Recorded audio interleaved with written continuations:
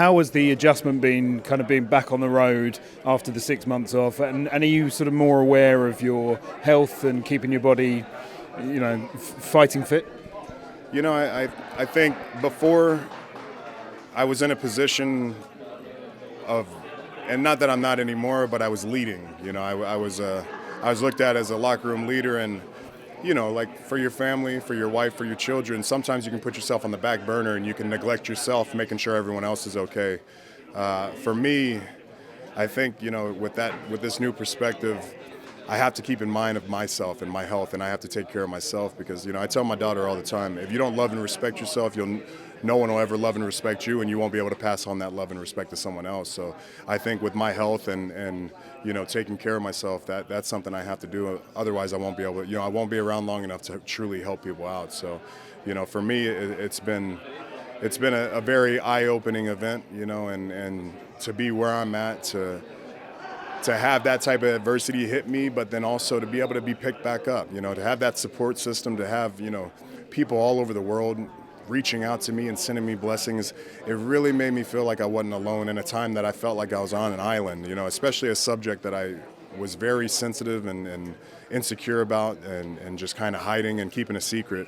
For me to be able to display that to the world and for everyone, all of you guys, from the children that were on stage all the way to our regular fans, in the WWE, for everybody to drop, the Roman and pick up Joe and help me out, as a man, I'll be forever grateful. Am I allowed to ask you about Dean Ambrose? Apparently he's leaving WWE. I'm hearing a lot of rumors that everyone wants him to stay. What's your opinion on the Dean situation? I want him to stay. Dean, if you're listening, stay. Do not go. I'll buy a bottle of Jack and beer every single night.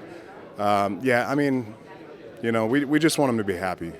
I think at the end of the day, the selfishness in us wants him in our locker room.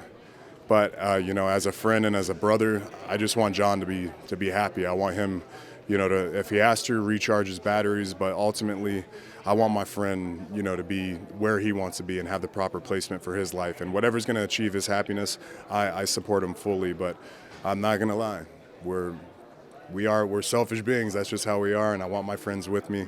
And not only that, but Ambrose is a workhorse, man, and I don't throw that term around lightly. There's not many of us in this world as far as the workload that we can take and what we can handle and manage. And Ambrose is one of those guys that I can depend on 52 weeks out of the year. So regardless if he's coming or going, somebody is going to be able to work with a brilliant superstar, someone who truly believes in what he's doing, has a great passion to get better, and an amazing work ethic. So regardless, he's going to land on his feet. Just hopefully it's going to be right next to me in my locker room.